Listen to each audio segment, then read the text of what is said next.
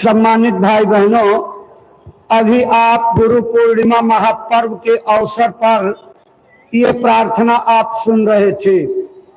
एक बार फिर निवेदन करते हैं कि अपने अपने सेक्टरों से, डेरे और राउटियों से निकल कर तेजी से कदम बढ़ाते हुए सत्संग मैदान में आने का कष्ट करिए। पूज्य महाराज जी के गुरु पूर्णिमा महापर्व का ऐतिहासिक और अद्वितीय सत्संग का समय बिल्कुल करीब आ गया है।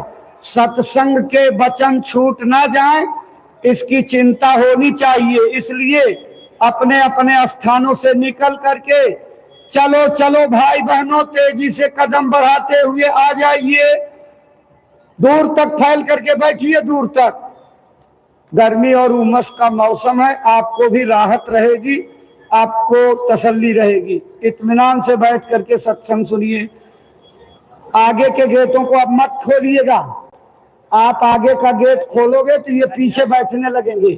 पूज्य महाराज जी का आगमन सत्संग मंच पर होने जा रहा है। खड़े होकर के पूज्य महाराज जी का स्वागत, अभिनंदन, वंदन कीजिए। पूज्य महाराज जी गुरु महाराज के चरणों में श्रद्धा सुमन अर्पित करके दया, कृपा और संभाल की प्रार्थना करते हुए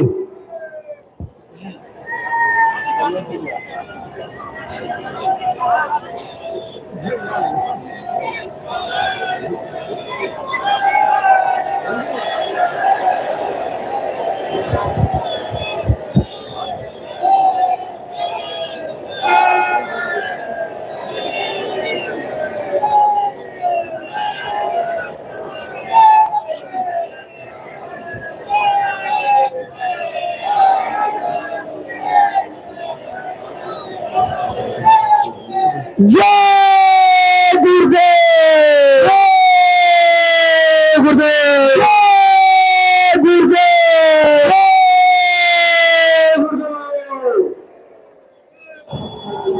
बैठने का संकेत हो गया है। आप अपने स्थान पर बैठ जाइए।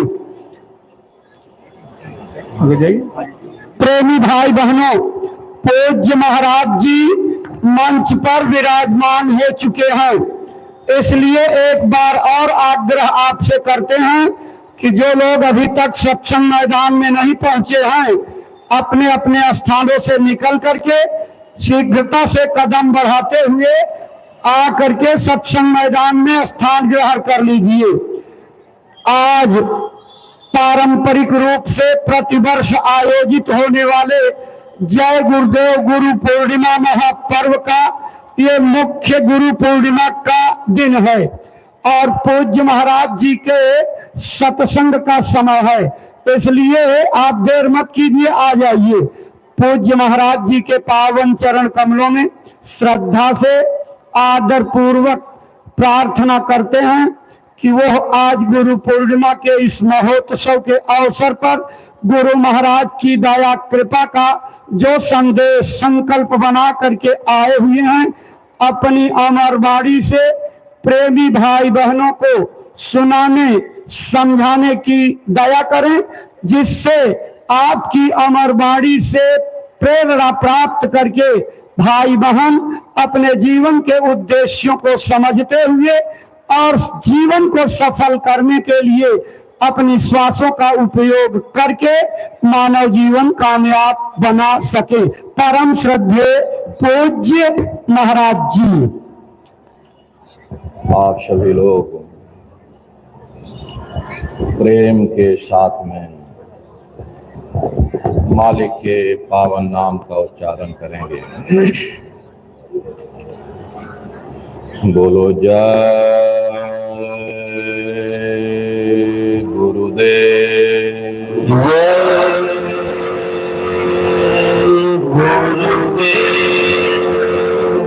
जय गुरुदेव,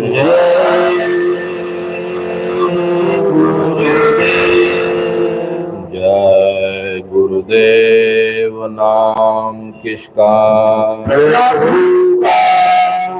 प्रभु का पावन नाम।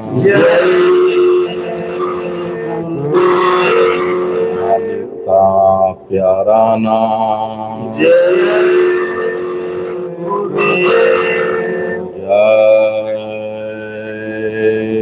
गुरुदेव।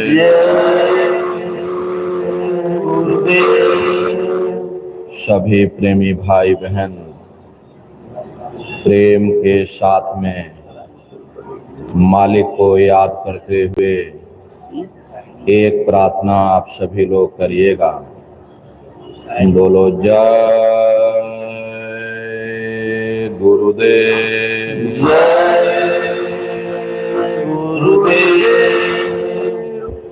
गुरु का ध्यान कर प्यारे।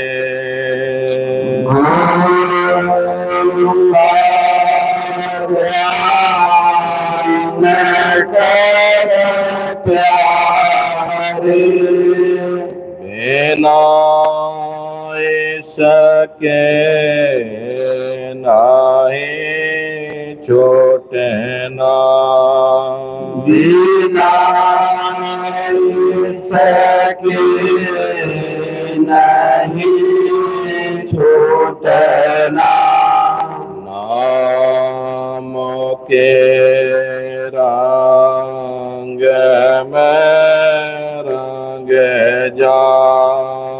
नाम के रंग में रंग जा। मिले तो है धाम ने जय अपना। मिले तो ही दाम निज अपना। गुरु की शरण द्रान कर ले।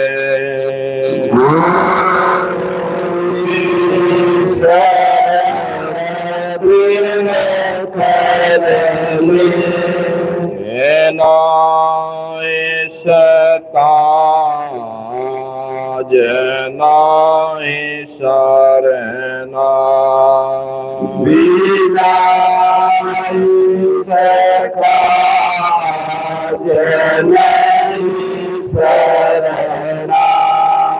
लाभ और मान क्यों चाहे। लाभ और मान क्यों चाहे। हरेगा फिर तुझे देना।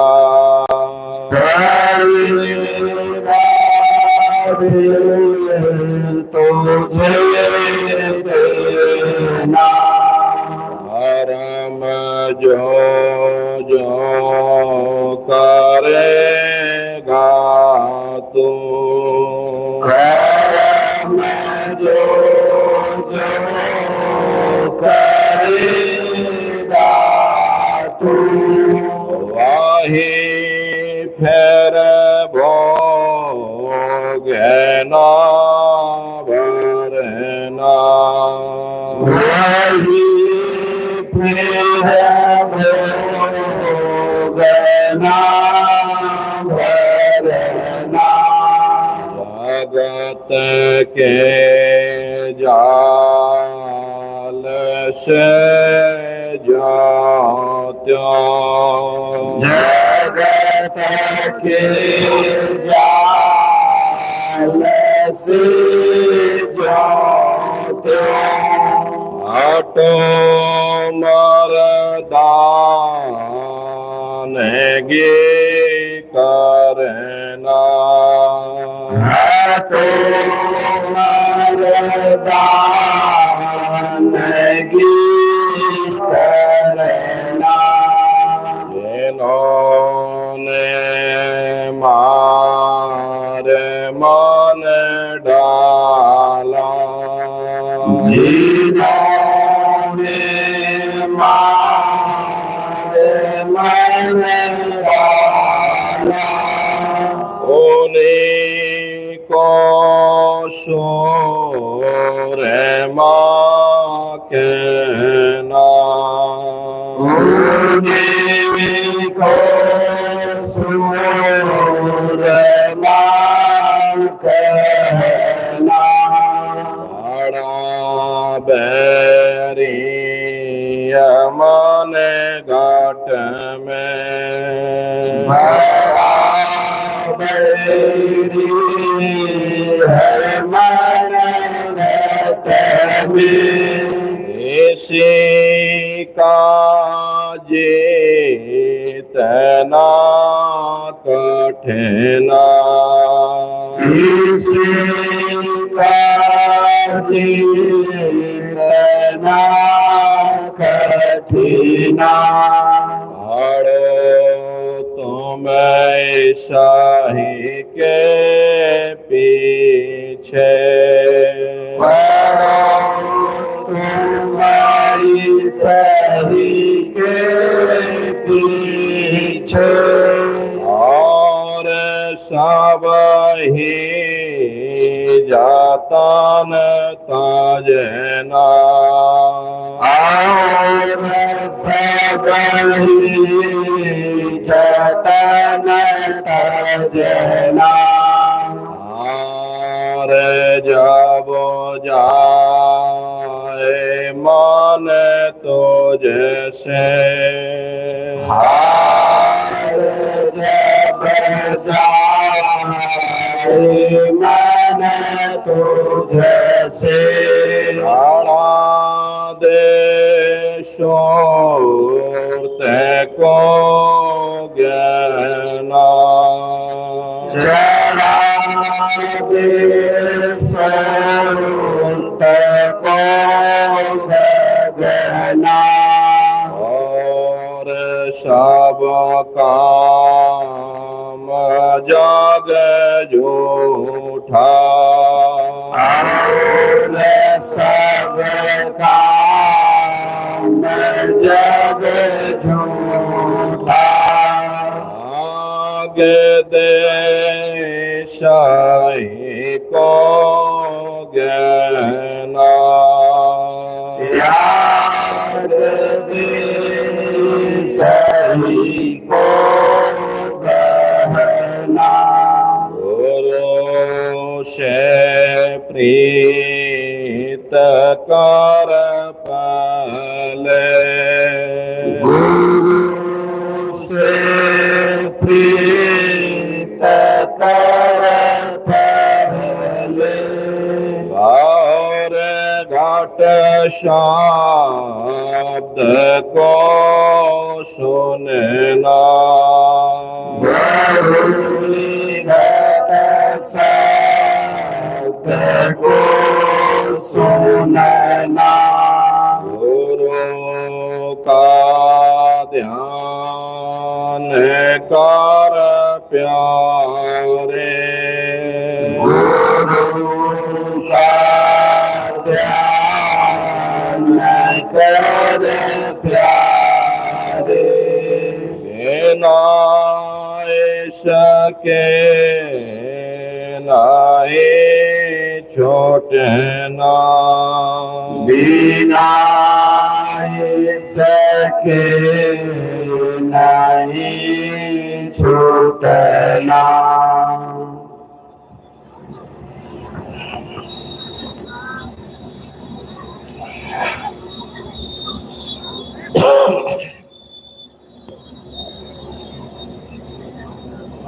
सर्वत्र विराजमान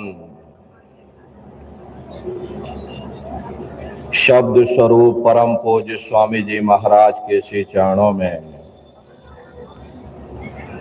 कोटि कोटि नमन प्रणाम करते हुए गुरु पूर्णिमा के इस महापावन पुनीत पर्व पर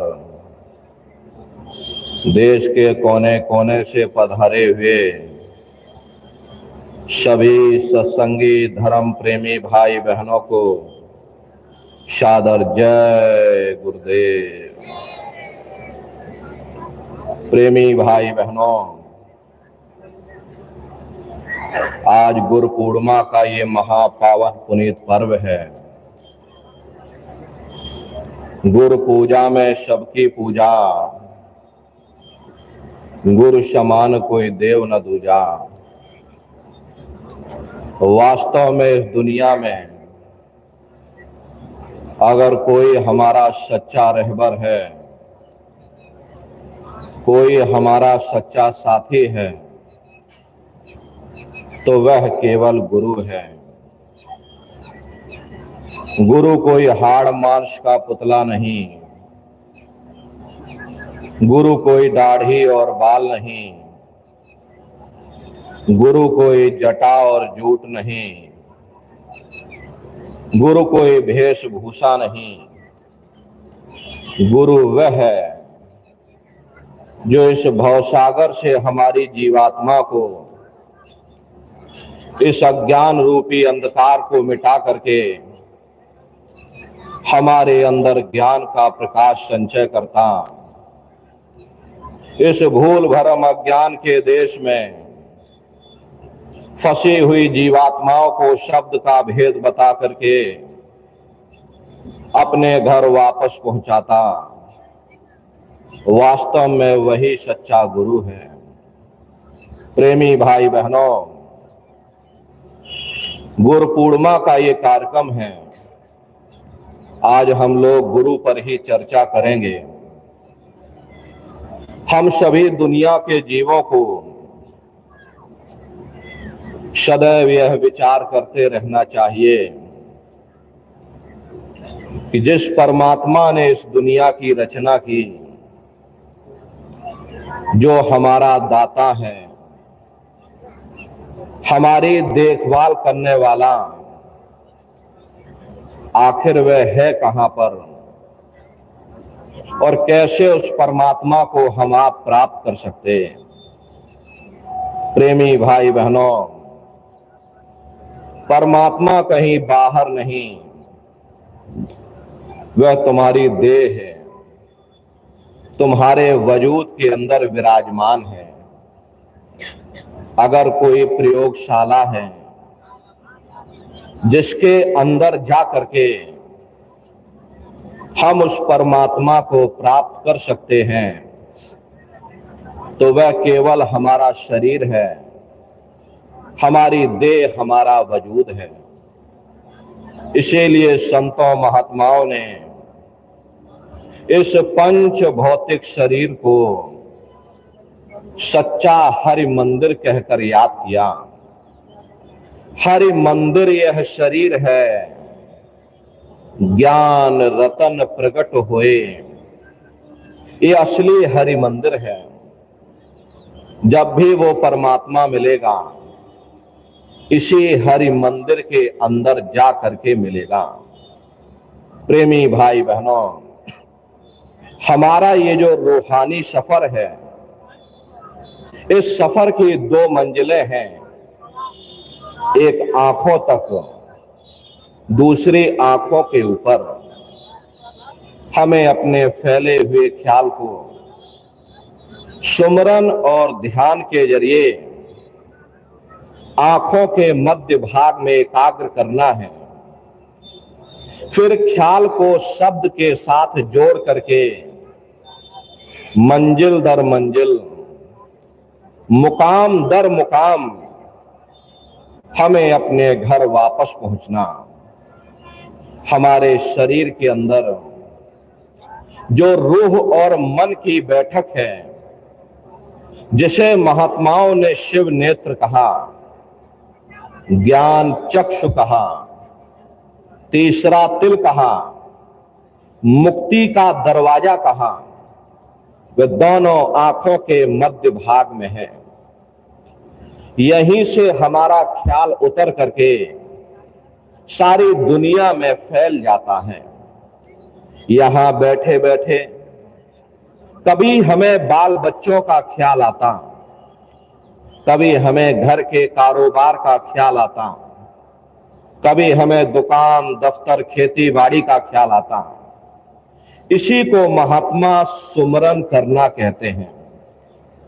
फिर जिसका हम सुमरन करते हैं, उन्हीं की शक्लें हमारी आंखों के सामने आकर खड़ी हो जाती हैं। यदि हम आप बाल बच्चों का सुमरन करेंगे तो बाल बच्चों की शक्लें आ जाएंगी। घर के कारोबार का आप सुमरन करोगे तो घर के कारोबार की शक्लें आ जाएंगी। इसी को महात्मा ध्यान करना कहते हैं। जिसका हम सुमरन करते हैं उसी का हम ध्यान भी करते हैं। फिर जिसका हम सुमरन और ध्यान करते हैं उन्हीं के साथ हमारा मोह और प्यार पैदा हो जाता। इतना इन शक्लों और पदार्थों से हमारा मोह और प्यार पैदा हो जाता कि रात को स्वप्न भी इन्हीं के आते हैं और मौत के वक्त में इन्हीं की शक्लें हमारी आंखों के सामने सिनेमा की तरह नाचना शुरू कर देती। जहां आशा तह वाशा, जिधर हमारा आखिरी वक्त ध्यान जाएगा, जहां हमारी आशा रहेगी वहीं हमारा वास भी हो जाएगा। प्रेमी भाई बहनों, हमें उस चीज का सुमरन करना चाहिए, हमें उस चीज का ध्यान करना चाहिए जिसे कभी नाश नहीं होना है, जिसे कभी फना नहीं होना। अब सवाल ये उठता है कि आखिर इतने बड़े संसार में कौन सी ऐसी चीज है जो हमारे सुमरन और ध्यान के काबिल हो सकती है। प्रेमी भाई बहनों, हम आप देखते हैं ये सारी दुनिया 5 तत्वों की बनी हुई है। जल, पृथ्वी, अग्नि, वायु, आकाश। हर एक के अंदर कोई ना कोई तत्व मौजूद है। पहली श्रेणी इन पेड़ पौधों की आती है जिनके अंदर पानी का तत्व मौजूद होता है।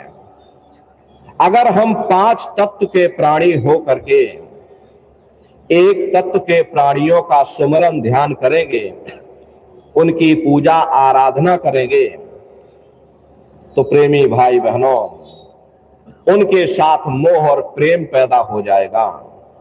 वही मोह और प्रेम हमें उसी योनि में ला करके खड़ा कर देगा, क्योंकि जहां आशा तहां वासा। हमें भी पीपल पाकड़ की योनि में जन्म लेना पड़ेगा। इसलिए प्रेमी भाई बहनों, ये चीज हमारे सुमरन और ध्यान के काबिल नहीं हो सकती। फिर दूसरी श्रेणी कीड़े मकोड़ों की आती है जिनके अंदर पृथ्वी और अग्नि का तत्व मौजूद होता।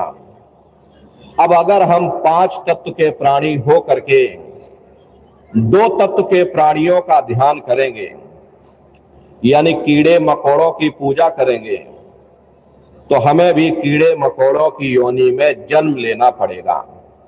इसलिए यह चीज भी हमारे पूजा के काबिल नहीं हो सकती। फिर तीसरी श्रेणी पंछियों की आती है।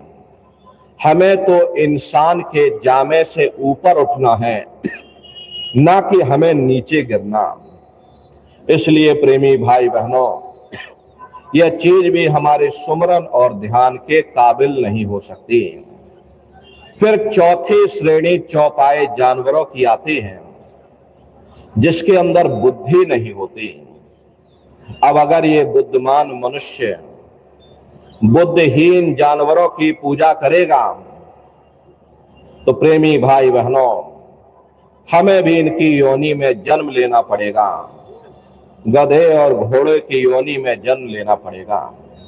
इसलिए यह चीज भी हमारी पूजा के काबिल नहीं हो सकती। फिर 5वीं श्रेणी स्वयं इंसानों की आती है जिसके अंदर 5 तत्व मौजूद होते हैं। प्रेमी भाई बहनों, अब इंसान का ध्यान करे तो क्यों करे?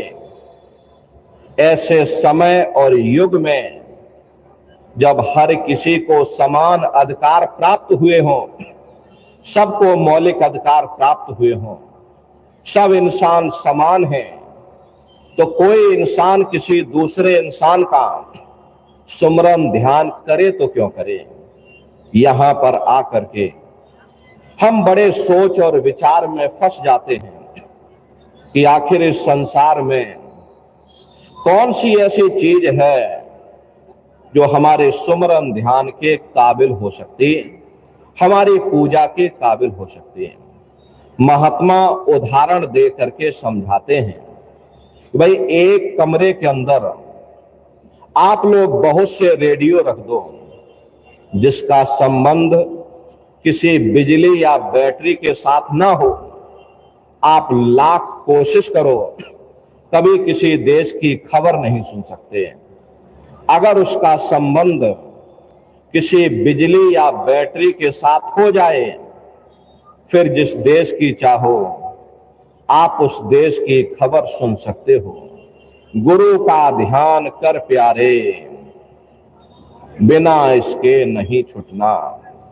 हमें उन गुरुमुखों के स्वरूप का ध्यान करना चाहिए जिसकी लिव, जिसका संबंध उस मालिक के साथ जुड़ा हो। शब्द गुरु सुरत धुन चेला, वह शब्द हमारा हरे का गुरु है और यह जो जीवात्मा है उस शब्द की सेवक है।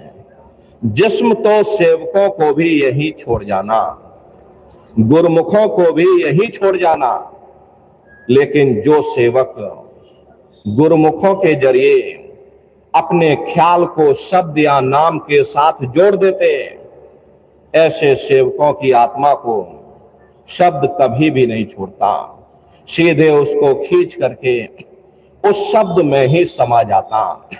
जीव जल तरंग उठे बहुभांति, फिर सललय सलल समाहिदा।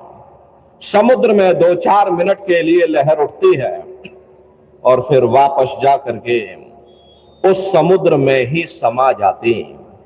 जो एक लहर का समुद्र के साथ संबंध होता है, वही संबंध मालिक के भक्तों और प्यारों का उस मालिक के साथ होता। संत महात्मा फकीर उस सतनाम रूपी समुद्र की लहरें हैं। वे दुनिया में आकर के शब्द या नाम का प्रचार करती हैं और फिर वापस जा करके उस शब्द में ही समा जाती हैं। इसीलिए महात्मा कहते हैं, भाई गुरु का ध्यान कर प्यारे, बिना उसके नहीं छूटना। आगे महात्मा कह रहे कि भाई नाम के रंग में रंग जा, मिले तो ये धाम निज अपना। जब तक हमारे मन का झुकाव आंखों के नीचे है, तब तक हम दुनिया के रंग में रंगे हुए, जात पात के रंग में रंगे हुए, कौमों मजहबों के रंग में रंगे हुए, इंद्रियों के भोग और वासनाओं के रंग में रंगे, क्योंकि हमारा ये मन इन चीजों में सुख ढूंढता है। लेकिन यहां न कभी किसी को सुख मिला, ना ही कभी मिल सकता। जैसे कुत्ता सूखी हड्डी को चबाता है और जब उसके मुख से खून निकलता है, तब वो यही सोचता है कि शायद ये खून इस हड्डी में से निकल रहा। ठीक उसी प्रकार से हमारा आपका ये मन इंद्रियों के भोग और वासनाओं में सुख ढूंढने की कोशिश करता। महात्मा प्रेम से समझाते हैं कि जब तक तुम्हारे मन का झुकाव आंखों के नीचे है, तब तक तुम दुनिया की ओर से आंखों वाले बने, लेकिन मालिक की ओर से अंधे बने बैठे। क्योंकि तुम अपने सच्चे देश को भूल चुके, तुम अपने सच्चे घर को भूल चुके, तुम अपने सच्चे पिता को भूल चुके। तुम बाहर से कितने भी आलिम फाजिम विद्वान गुणी और ज्ञानी क्यों ना हो, लेकिन अंदर से बेअकल हो, अंदर से बिल्कुल अज्ञानी हो। महात्मा कहते हैं, भाई जब तक तुम्हारे मन का झुकाव आंखों के नीचे है, तब तक तुम दुनिया की ओर से आंखों वाले बने, लेकिन मालिक की ओर से अंधे बने बैठे।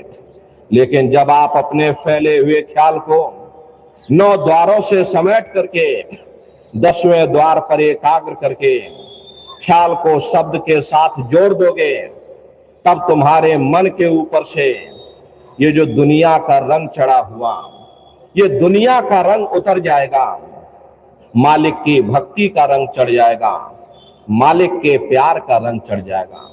तब तुम दुनिया की ओर से अंधे हो जाओगे, लेकिन मालिक की ओर से आंखों वाले बन जाओगे। ये कब होगा? जब हमें नाम की लज्जत मिलेगी। इसीलिए महात्मा कहते हैं, भाई नाम के रंग में रंग जा, मिले तो ये धाम निज अपना, गुरु की शरण दृढ़ कर ले, बिना इस काज नहीं सरना। प्रेमी भाई बहनों, हमें ये मालूम हो चुका है, वो परमात्मा कहीं बाहर नहीं, तुम्हारी देह तुम्हारे वजूद के अंदर विराजमान है। हमें ये भी मालूम हो चुका कि हमें अपने फैले हुए ख्याल को 9 द्वारों से समेट करके यहाँ 10वें द्वार पर एकाग्र करना है। फिर ख्याल को शब्द के साथ जोड़ करके मंजिल दर मंजिल, मुकाम दर मुकाम अपने घर वापस पहुंचना है। हमें ये भी मालूम हो चुका कि जब नाम की लज्जत मिल जाएगी, दुनिया के रंग उतर जाएंगे, मालिक की भक्ति का रंग चढ़ जाएगा, मालिक के प्यार का रंग चढ़ जाएगा। लेकिन मन में कभी कभी ख्याल आता है, ये महात्माओं ने इतने बड़े बड़े धर्म ग्रंथ बनाए, इतनी बड़ी बड़ी किताबों को बनाया, क्या हम उन किताबों को पढ़ करके, क्या हम उन पुस्तकों को पढ़ करके, क्या हम उस परमात्मा को प्राप्त नहीं कर सकते? बड़ी सीधी सी बात है कि अगर खाना बनाने की किताब सारी उम्र बैठ करके आप पढ़ते रहोगे तो कभी तुम्हारा पेट नहीं भर सकता। जब तक आप खाना बनाओगे नहीं, उसे स्वयं खाओगे नहीं, कभी तुम्हारा पेट नहीं भर सकता। प्रेमी भाई बहनों, जिस परमात्मा ने आपको पैदा किया है, उसने आपसे मिलने का तरीका भी आपके अंदर रखा हुआ, लेकिन हम मन और बुद्धि की जोर पर चल करके, मन और बुद्धि की राह पर चल करके कभी उस परमात्मा को प्राप्त नहीं कर सकते। अगर मालिक को पाना है तो हमें गुरमुखों की शरण में जाना पड़ेगा। हम एक मैला कपड़ा लेकर के रंग चढ़ाने के वाले के पास जाते हैं, वह सबसे पहले क्या करता? वह उस मैले कपड़े को साबुन और सोडे के साथ अच्छी तरह से धो देता। फिर उसके पास रंग से भरी हुई मटकी होती है, वह उस कपड़े को मटकी में डुबो देता, जिससे उसके अंदर से बड़ा खूबसूरत रंग चढ़ जाता। ठीक उसी प्रकार से हमारा आपका ये मन दुनिया की काई में, दुनिया के रंग में रंगा हुआ है। जब हम महात्माओं के पास जाएंगे, वे अपने संगत और सोहबत के द्वारा, अपने सत्संग वचनों के द्वारा हमारे मन के ऊपर ये जो दुनिया की काई जमा है, ये जो दुनिया की गंदगी जमा है, उस गंदगी को साफ कर देंगे। महात्माओं के पास नाम रूपी मटकी होती है, वे हमारे मन को उस नाम के साथ जोड़ देंगे, जिससे हमारे आप के ऊपर से ये दुनिया की गंदगी साफ हो जाएगी, दुनिया का रंग उतर जाएगा और मालिक की भक्ति का रंग चढ़ जाएगा, मालिक के प्यार का रंग चढ़ जाएगा। इसीलिए महात्मा कहते हैं, भाई अगर मालिक को पाना चाहते हो तो गुरमुखों की शरण में चले जाओ।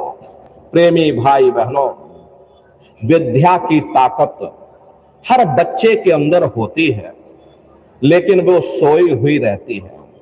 लेकिन जब बच्चा स्कूल कॉलेज में जाता है, अपने गुरुजनों का कहना मानता है, उनका आदर सत्कार करता है, रात को जाग जाग करके मेहनत करता है, वह सोई हुई ताकत जाग जाती है।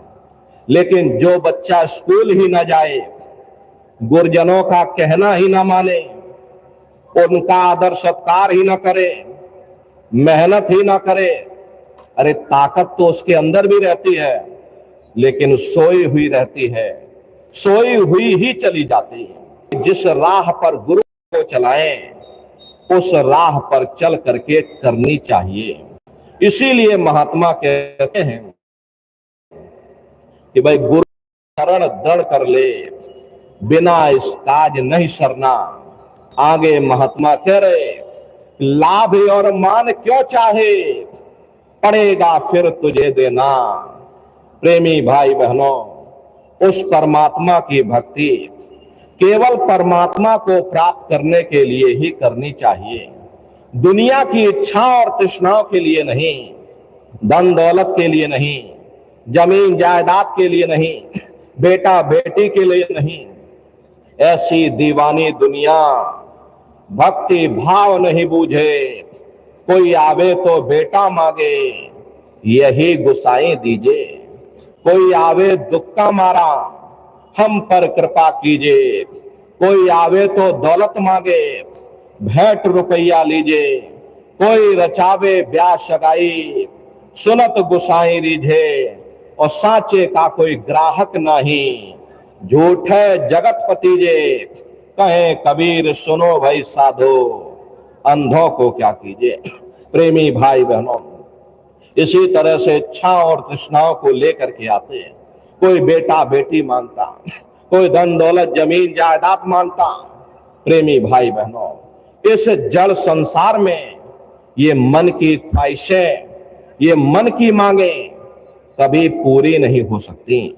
मान लो आपकी एक इच्छा पूरी हो गई, तो ये मन दूसरी इच्छा लेकर के खड़ा हो जाएगा।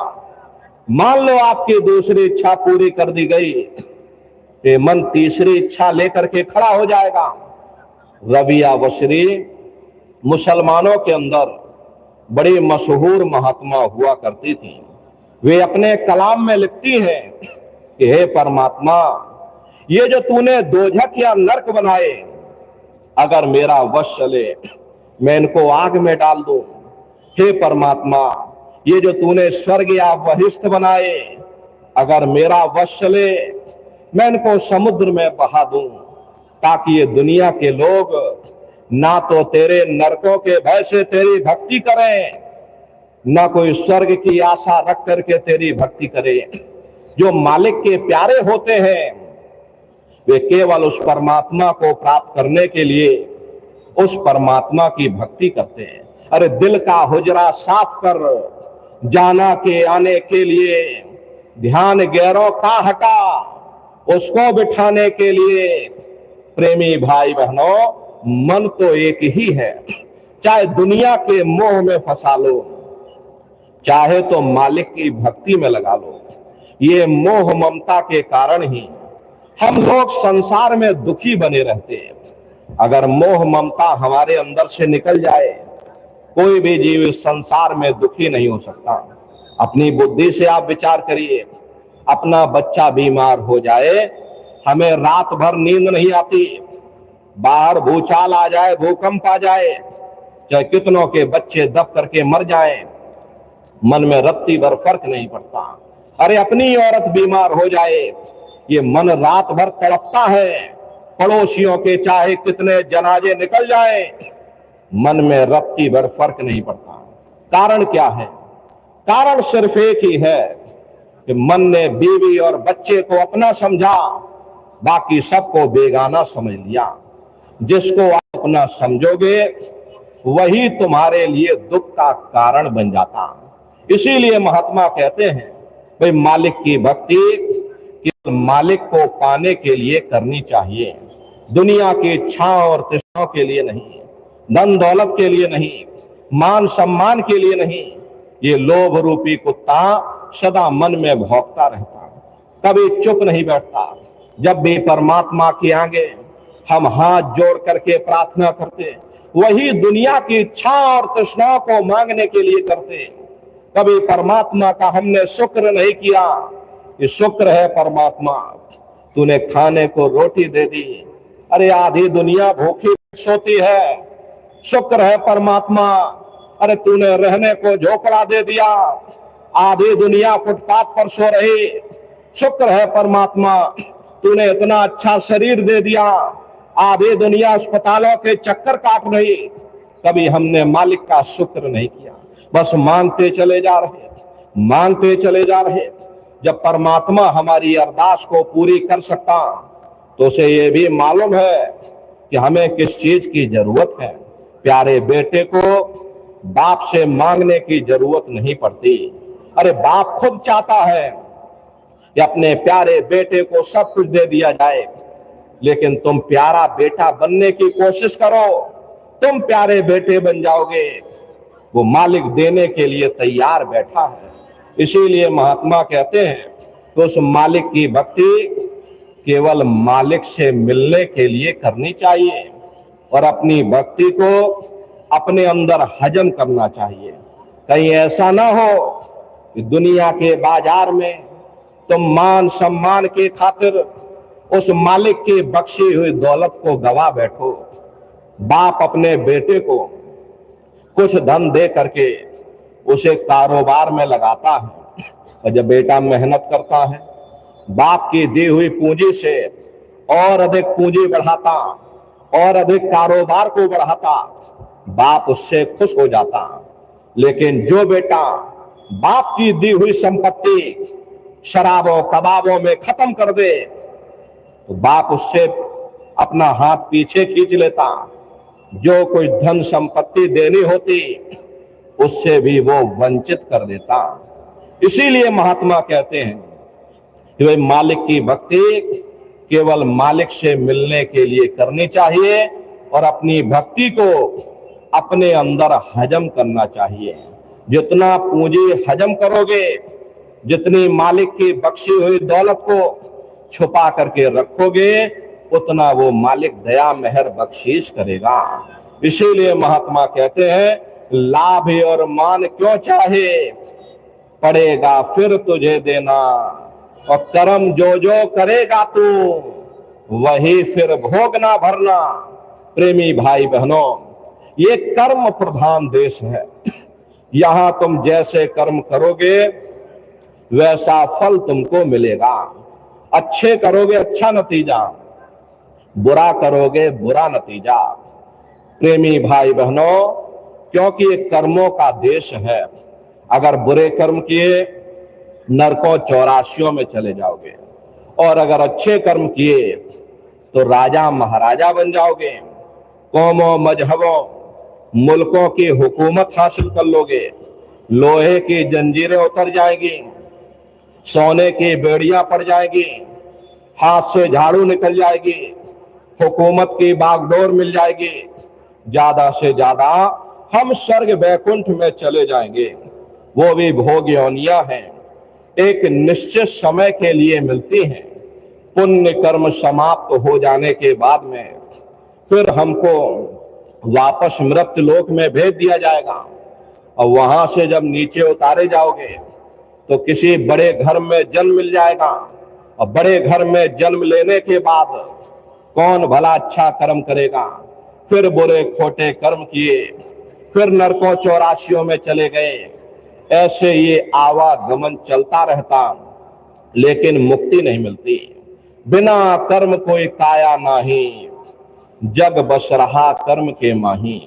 कोई शरीर बिना कर्म के नहीं। ये सूरज चांद सितारे, ये जमीन, ये आसमान, ये देवी और ये देवता, ये सब कर्मों के ही अधीन हैं।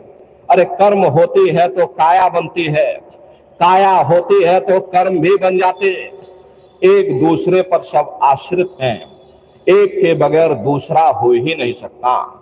जिस दिन से दुनिया बनी है कर्मों का ये कानून चला रहा।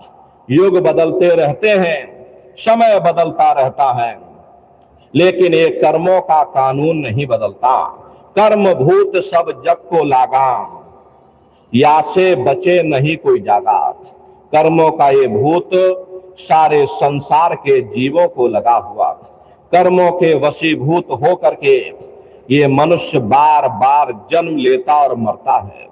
जन्म लेने और मरने की पीड़ा सहता। महात्मा प्रेम से समझाते हैं, भाई जो कुछ कर्म तुमने किए सुमरन ध्यान और भजन के द्वारा उसकी माफी मिल सकती है, लेकिन कम से कम आगे के लिए कोई बुरा खोटा कर्म मत करो। लेकिन हम लोग होशियार लोग हैं, हम भूल जाते हैं, हम सोचते हैं हमें कौन देख रहा, चाहे जैसे कर्म करो, अच्छे करो बुरे करो, कोई देखने वाला नहीं। लेकिन हम लोग ये भूले बैठे हैं कि देखने वाला तुम्हारे अंदर बैठा, उसे न किसी जज की जरूरत है, न उसे किसी वकील की जरूरत है, न उसे किसी गवाह की जरूरत है। जो कुछ वो अपनी आंखों से देखता है उसी के अनुसार हमको आपको सजा दे देता। इसीलिए महात्मा कहते हैं कि कर्म जो जो करेगा तू वही फिर भोगना भरना, और जगत के जाल से ज्यों त्यों हटो मर्दानगी करना। प्रेमी भाई बहनों, हम दुनिया के जीव बुरी तरह से जगत के जाल में फंसे हुए। ये जगत का जाल है क्या? जो कुछ हम अपनी जड़ आंखों से देख रहे ये सब जगत का जाल है। कैसे मनुष्य इस जगत के जंजाल में फंसता चला जाता। देखो जरा संक्षिप्त में समझ लीजिए, जब आप माँ के गर्भ में उल्टे लटके हुए थे उस समय परमात्मा से यही प्रार्थना करते थे कि हे परमात्मा मुझे मौका दे दो, अब प्रभु कृपा करो ये भांति, सब तज भजन करे दिन राती। कि हे मालिक मुझे एक बार मौका दे दो, मुझे एक बार ये मनुष्य शरीर दे दो, अब की बार हम भजन करेंगे भक्ति करेंगे। परमात्मा ने दया कृपा कर दी, आपको मौका दे दिया, और जैसे ही आप 9 महीने बाद माँ के गर्भ से बाहर निकले, माया एक छोटा सा पर्दा, या यूं कह लो भूल भुलैया का पर्दा आपके ऊपर पड़ गया। गर्भ में किए हुए सभी बातों को वो बच्चा भूल गया।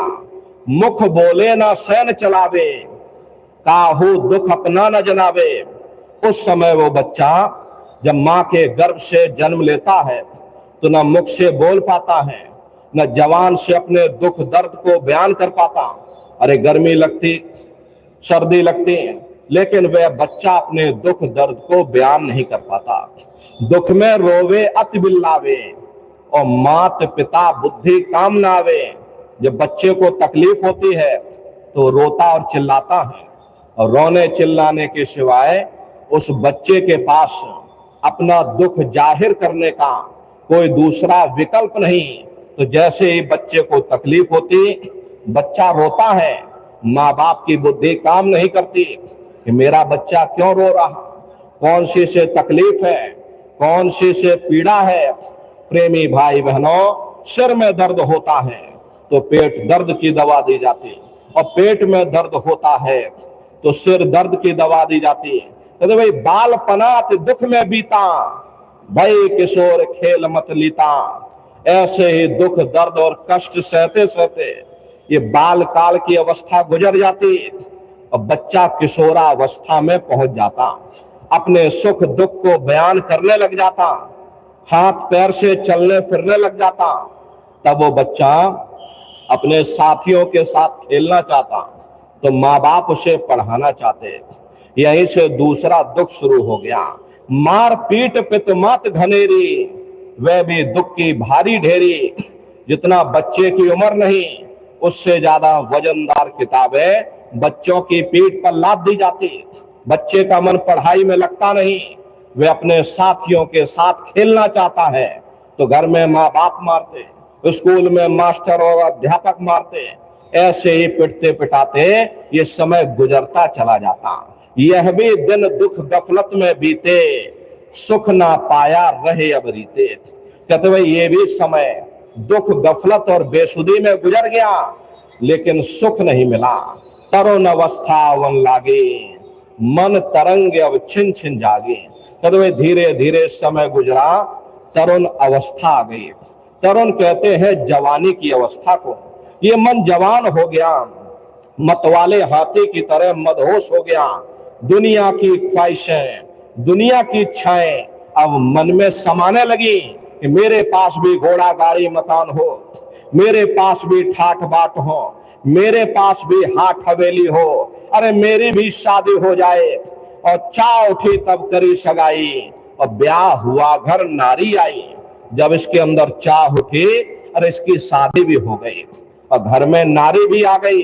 अब नारी देख मन अति हर्षाना, बेड़ी भारी सो नहीं जाना। नारी को देख देख करके इसका मन प्रसन्न होने लगा, जैसे उसे कोई भारी बादशाहत मिल गई हो। देखो कहाँ ये मनुष्य जब माँ के गर्भ में उल्टा लटका था, उस समय परमात्मा से प्रार्थना करता था, हे परमात्मा मुझे सिर्फ एक बार मौका दे दो, हम भजन करेंगे, भक्ति करेंगे, हम अपनी जीवात्मा का कल्याण करेंगे। देखो कैसे प्रेमी भाई बहनों, जब माँ के गर्भ से जन्म लिया, माया का पर्दा पड़ गया, गर्भ में किए हुए वादों को वो बच्चा भूल गया और कैसे जगत के जंजाल में अपने समय को और श्वासों की पूंजी को ये मनुष्य बर्बाद करता चला जा रहा। प्रेमी भाई बहनों, देखो महात्मा कह रहे कि मात पिता का हक सब भूले और दिन और रात नारी संग झूले। घटती चली लगन पितु माता, नारी पुत्र संग मन अति राता। प्रेमी भाई बहनों, जब इस इंसान की शादी नहीं हुई थी, इसका पूरा प्रेम अपने माँ बाप के साथ था, लेकिन जब शादी हो गई तो माँ बाप के हिस्से से आधा प्रेम लेकर के इसने अपनी औरत को दे दिया। और जब बच्चे कच्चे हो गए तो माँ बाप के हिस्से का बचा हुआ आधा प्रेम इसने अपने बच्चों कच्चों को दे दिया। अब बेचारे माँ बाप जिन्होंने अपने लाल को अपनी पलकों पर बैठा करके रखा, खुद बेचारे भूखे रहे, मेहनत करके अपने बच्चों का पालन पोषण किया, वही औलाद अपने माँ बाप को धिक्कार देती है। अरे अपने आश्रम में बहुत से ऐसे लोग आते, तरह तरह की प्रार्थनाएं करते, अपनी विपदा अपना दुख सुनाते हैं कि हमको हमारे बच्चों ने घर से बाहर कर दिया। प्रेमी भाई बहनों, इस बात को हमेशा ध्यान में रखिएगा, जो अपने माँ बाप को सताता है वो इंसान कभी संसार में सुखी नहीं हो सकता। अरे भजन भाव भक्ति की बात तो दूर है, इस संसार में भी ऐसे जीव अपने लिए कांटा ही बोते हैं। महात्मा कहते हैं, देखो महात्मा क्या कह रहे कि फिकर पड़ा घर का जब ही, दर दर भटके दुख अब सही। और जो शादी हो गई, घर में औरत आ गई, बच्चे कच्चे भी हो गए, तो औरत को भी कपड़ा लत्ता चाहिए, बच्चों की पढ़ाई लिखाई का खर्चा चाहिए। अब ये इंसान फिर सोचने लगता है कि चलो कहीं चार पैसे कमाए जाए, कहीं मजदूरी की जाए, कहीं नौकरी की जाए, ताकि घर में चार पैसे आए, कुछ खर्चा चल सके। सौन समान करे गति अपनी, धन का सुमरन धन की जपनी। धन पाया तो हुआ आनंदा, नहीं मिले पड़ा दुख का फंदा।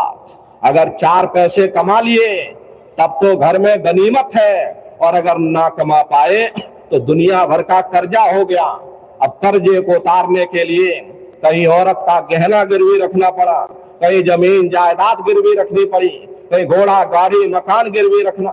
अरे आज के समय में इतनी महंगाई है कि घर का खर्चा चलाना मुश्किल पड़ जाता। देखो महात्मा कह रहे, भाई ग्रह कारज अब नित्य सतावे, कुल और जात बहुत भरमावे। धीरे धीरे समय गुजरा, बच्चे कच्चे भी बड़े हो गए। अब इंसान सोचने लगता है कि अपने बच्चों कच्चों की समय रहते शादी कर दिया जाए, कोई अच्छा परिवार मिल जाए। अब आज के समय में अच्छा परिवार मिलना मुश्किल है, और मिल भी जाएगा तो दुनिया भर का दहेज मांगते। भाई मेरा लड़का इतना पढ़ा लिखा, इतना रुपया कमा रहा, नौकरी चाकरी किए हैं, अगर तुम इतना रुपया दहेज में दोगे तब हम अपने बच्चों की शादी तुम्हारे बच्चों के साथ कराएंगे। प्रेमी भाई बहनों, अब इंसान इसी उधेड़ बुन में फंसा रहता। सबका बोझ भार सब लीना, अब तड़फे जस जल बिन मीना। मूर्ख ने सब भार उठाया, अब दुखन से बहु घबराया। अरे धीरे धीरे समय गुजरा, इंसान ने अपने बच्चे बच्चियों की भी शादी कर दी, अब उनके भी बच्चे कच्चे हो गए। अब ये इंसान नाती पोता पंती संती सबका बाबा बन गया। प्रेमी भाई बहनों, अब घर में किसी को तकलीफ होती है तो इसे चिंता हो जाती, क्योंकि ये सबका बाबा, सबका मुखिया बन गया। अब रात में नींद नहीं आती, दिन में चैन नहीं आता, रात दिन इसी उधेड़ बुन में फंसा रहता। भक्ति चंद्रमा सूरज ज्ञाना, छिप गए दोनों घोर समाना। इस घोर अंधकार में अब न भक्ति का चंद्रमा दिखाई देता है और न ज्ञान का सूरज दिखाई देता। जैसे कुत्ता बिल्ली अपना पेट भर करके चले जाते, ऐसे ये इंसान अपने कीमती समय को और श्वासों की पूंजी को बर्बाद करता हुआ चला जाता। अज्ञान अंधेराति घट छाया, लोक गया परलोक गवाया। न जाने कितने जन्म जन्मांतरों तक अलग अलग योनियों में भटकने के बाद में तब बड़े सौभाग्य से तुम लोगों को ये मनुष्य शरीर मिला। और इसीलिए मिला कि चलो ठीक है, अब की बार तुमको मौका दे रहे, तुम भजन कर लो, भक्ति कर लो, अपनी जीवात्मा का कल्याण करा लो। लेकिन न भजन किया न भक्ति की। प्रेमी भाई बहनों, अगर भजन ध्यान सुमरन करते रहते तो तुम्हारा लोक भी बन जाता और तुम्हारा परलोक भी बन जाता। अब न लोक के रहे न परलोक के रहे, न घर के रहे न घाट के रहे। यह भी बीते दुख में सब दिन और वृद्ध अवस्था आई छिन छिन। धीरे धीरे समय गुजरता चला गया और बुढ़ापे की अवस्था आ गई। बुद्धिहीन बलहीन होत, वर्षा तन से होए, नैन नीर मुख नासिका और बहन लगे जसोत। बुढ़ापे की अवस्था बड़ी कष्टकारी होती है। बुद्धि कायम नहीं रहती, इंद्रियां शिथिल पड़ जाती हैं, हाथ पैर कांपने लग जाते हैं, आंखों से पानी बहने लग जाता, याददाश्त कायम नहीं रह जाती। और जिसको खुद की सुध ना हो, बुढ़ापे में वो परमात्मा को भला क्या याद करेगा। धीरे धीरे समय गुजरा, काल घटा जब आकर छाई, धरा मौत अधिक बरसाई और काया ढह गई उनकी भाई। जम के दूत घेर चौं फेरा और निश्चय प्राण छोड़ के डेरा। प्रेमी भाई बहनों, धीरे धीरे समय गुजरा, मौत की अवस्था आ गई।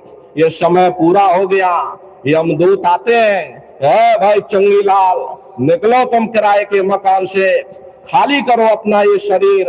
अरे प्रेमी भाई बहनों, इतनी दहाड़ सुन करके ये जीव इधर पड़ा और जीवात्मा को खींच करके इस शरीर से बाहर कर दिया जाता।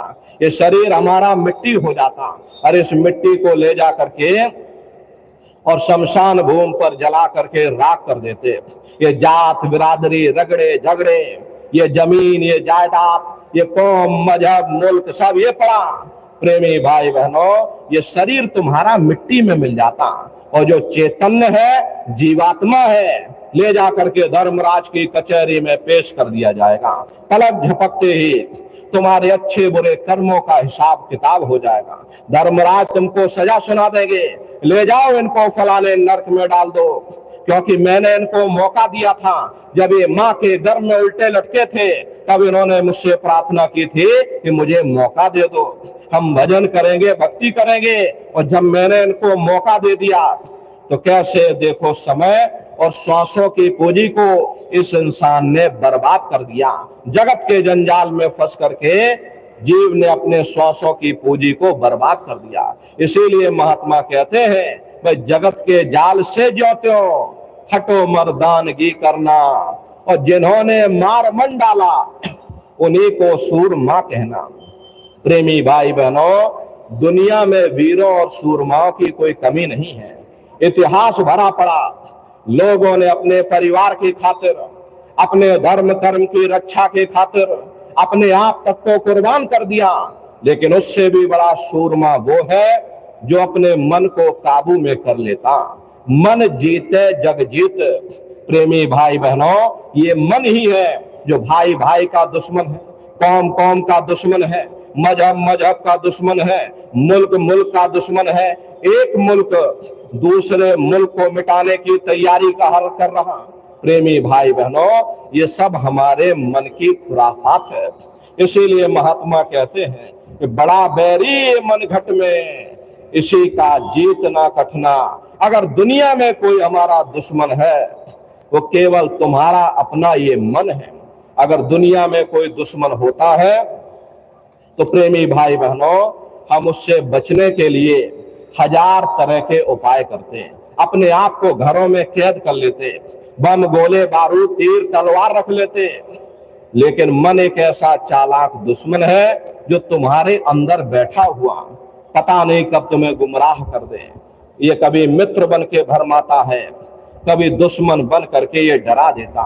इसीलिए महात्मा कहते हैं भाई बड़ा बैरी ये मन घट में, इसी का जीतना कठिना, और पड़ो तुम सही के पीछे और सब ही जतन तजना।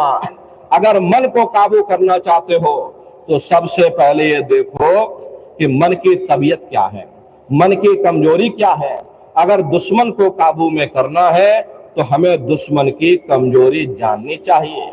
ठीक उसी तरह से अगर आप मन को काबू करना चाहते हो तो सबसे पहले ये देखो कि हमारे मन की कमजोरी क्या है।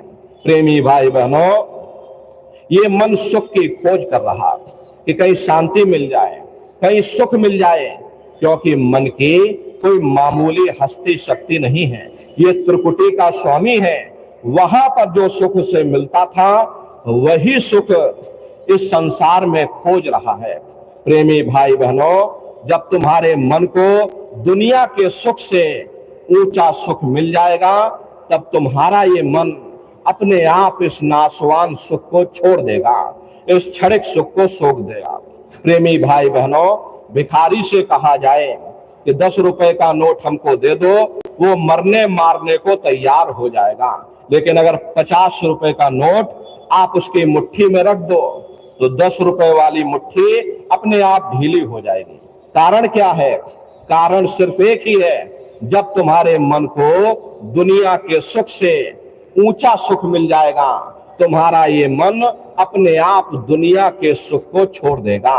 धुन सुनकर मन समझाई, कोट जतन यह मन नहीं जागे।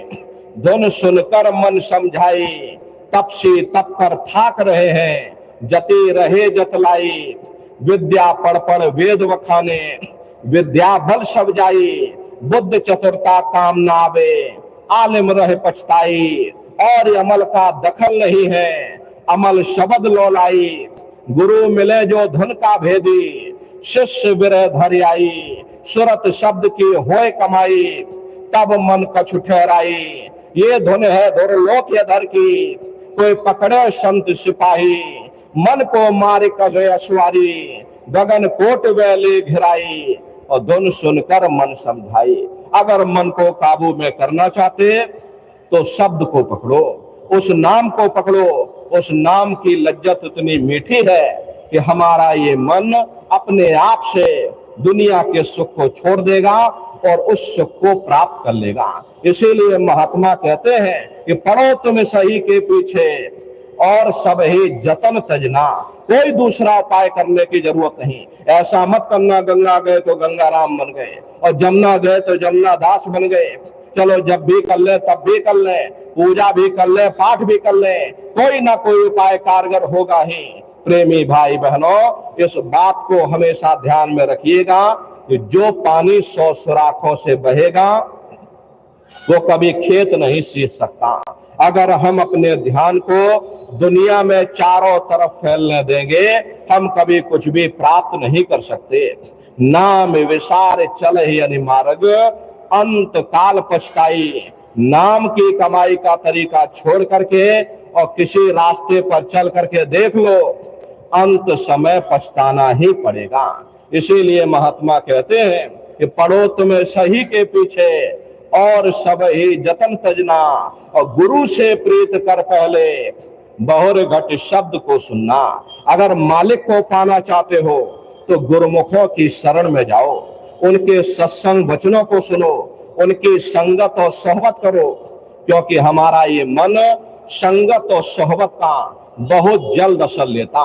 यदि आप शराबियों के पास बैठोगे तो शराब पीने की आदत पड़ जाएगी। यदि जुआरियों के पास बैठोगे जुआ खेलने की आदत पड़ जाएगी। कबीर साहब ने लिखा है कि कबीर संगत साधु की, जो की भूसी खाए, खीर खान भोजन मिले, साकत संग न जाए। अगर मालिक के भक्तों और प्यारों की संगत में जाकर के हमें सूखे टुकड़े खाने को मिल जाएं तो वे मनमुखों की संगत में जाकर के खीर हलवा स्वादिष्ट भोजन से कई लाख दर्जे अच्छे हैं। इसीलिए महात्मा कहते हैं भाई अगर तुम मालिक को पाना चाहते हो तो गुरुमुखों की संगत करो, उनकी सोहबत करो। लेकिन हम जीवों का दुर्भाग्य है कि हम दुनिया के जीव गुरुमुखों की संगत नहीं करते, और यदि करते भी हैं तो मन में लोक लाज का भय पैदा हो जाता। हम मन में सोचने लगते कि पता नहीं महात्मा किस कौम के होंगे, किस मजहब के होंगे, कौन सी जात और बिरादरी के होंगे। मैं इतना बड़ा आदमी, मैं इतना सेठ साहूकार आदमी, मैं इतना धनी मानी आदमी, अगर मैं साधुओं के पीछे जाऊंगा ये दुनिया वाले क्या कहेंगे। प्रेमी भाई बहनों, हुजूर राय साहब शालिग्राम जी महाराज आपका कोई मामूली ओहदा नहीं था। आप उन दिनों में उत्तर प्रदेश के पोस्ट मास्टर जनरल हुआ करते थे। पोस्ट मास्टर जनरल का ओहदा अपने आप में बड़ा रुतबेदार ओहदा हुआ करता था, लेकिन आप अपने गुरु की सेवा में इस कदर से लीन थे कि आप आगरा में ही गुरु महाराज के घर से 2.5 किलोमीटर दूर यमुना नदी से पानी की गगरी भर करके अपने गुरु जी के स्नान के लिए लाया करते थे। जिस बाजार से आप होकर के गुजरते थे वो बाजार आपकी बिरादरी वालों का था, और बिरादरी वालों ने ताने मारने शुरू कर दिए, इतना बड़ा अफसर हो करके इसकी मति को क्या हो गया, ये यहाँ पड़ा हुआ, अरे साधुओं के पीछे दौड़ लगाता। जब आपको इस बात का पता चला तो आपने अपने पैरों में घुंघरू बांध लिए ताकि जिसको ना पता चला हो उसको भी पता चल जाए।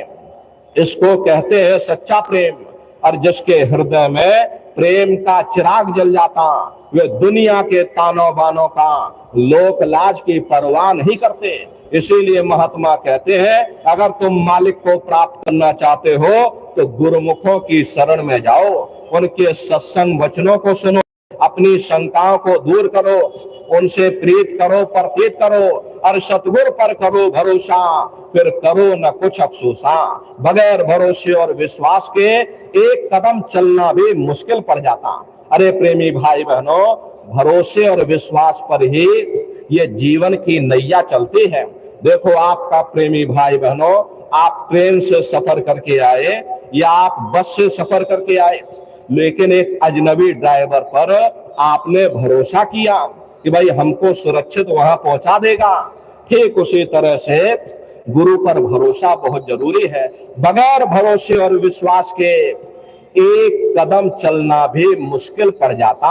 इसीलिए महात्मा कहते हैं भाई अपने सतगुरु पर भरोसा करो, सतगुरु पर करो भरोसा, अपने मालिक पर भरोसा करो, अपने गुरु पर भरोसा करो, क्योंकि गुरु ही है जो तुम्हें इस भव सागर से पार करेगा। प्रेमी भाई बहनों, गुरु ही है जो 84 लाख के बंधनों से तुम्हें बाहर निकालेगा। गुरु है जो नरकों से तुम्हें निकालेगा। अरे प्रेमी भाई बहनों, इसीलिए गुरु की महिमा है, इसीलिए गुरु का गुणगान है, क्योंकि गुरु हमारे अज्ञान रूपी अंधकार को मिटा करके हमारे अंदर ज्ञान का प्रकाश संचय करता। इसीलिए महात्मा कहते हैं कि अपने सतगुरु पर भरोसा करो, प्रीत करो पर गुरु के धर्म के है। अरे जात ना पूछो साधु की, पूछ लीजियो ज्ञान, मोल करो तलवार की और पड़ी रहन दो म्यान। इसलिए प्रेमी भाई बहनों, ये जात पात के रगड़ों झगड़ों को छोड़ करके अपने सतगुरु पर भरोसा करो, से प्रीत करो, प्रतीत करो। प्रेमी भाई बहनों, भरोसे विश्वास के साथ नाम लेकर के अपने फैले हुए ख्याल को सुमरन और ध्यान के जरिए दोनों आंखों के मध्य भाग में एकाग्र करो। और प्रेमी भाई बहनों, जब आप दोनों आंखों के मध्य भाग में अपने ख्याल को एकाग्र कर लोगे तब तुम्हें वो शब्द सुनाई पड़ेगा। उस शब्द को पकड़ करके ये जीवात्मा अपने घर फिर वापस जाएगी। इसीलिए महात्मा कहते हैं भाई अपने सतगुरु पर भरोसा रखो, गुरु पर भरोसा रखो। देखो साधक कहता है कि गुरु गुरु में हृदय धरती, गुरु आरत में श्यामा करती। अरे जितने भी महात्मा महापुरुष हुए सभी गुरु की महिमा, गुरु का ही गुणगान करते चले आ रहे।